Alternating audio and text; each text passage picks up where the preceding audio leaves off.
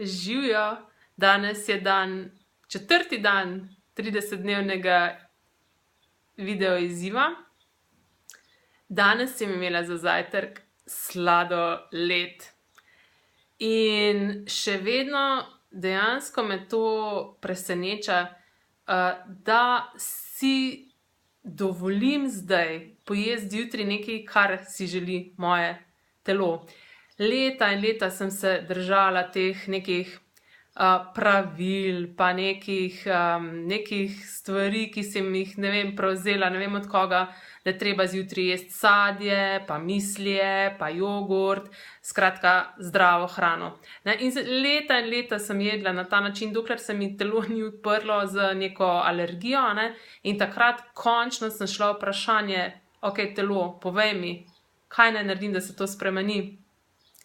In sem sam dobila tako od telesa informacije, dala sem pač te svoje misli, zaključke, izračune, odločitve, projekcije, pričakovanja, vse to sem dala na stran in sem enostavno vprašala svoje telo, dobro, telo, povej mi, kaj naj naredim, da se to spremeni, In mi je telo samo tako sem informacijo dobila, nehaj ta zajtrk jesti. Jaz sem zato, wow, res sem bila presenečena, in od takrat naprej vsako jutro vprašam telo, kaj želi jesti.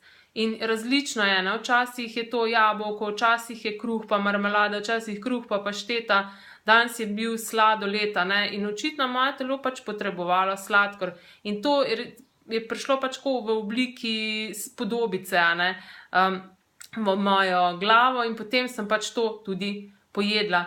In to je popolnoma drugačen način delovanja s svojim telesom. Moje telo je, odkar jem na tak način, ne samo zajtrk, ampak tudi na splošno, veliko bolj srečno, veliko bolj zadovoljno, tudi nima nekih čudnih stranskih učinkov od hrane, ki jo jem, pa ne glede na to, kdo je to rekel, da je to zdrava hrana ali pa karkoli. Tako da, ja, to je drugačen način delovanja s svojim telesom. Namreč naše telo ima svojo zavest. Če bi ga vprašali vse, kar se ga tiče, bi nam dali veliko informacij.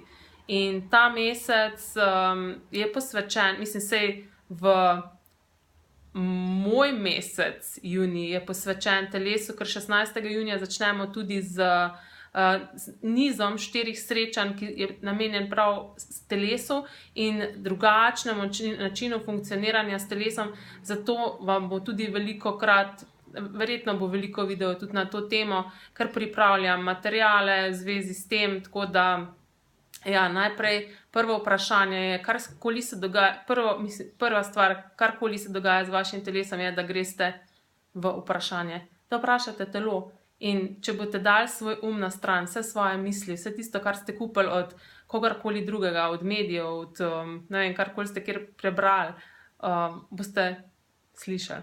Vam bo telo lahko sporočilo, oziroma boste slišali to, kar vam telo že ves čas sporoča.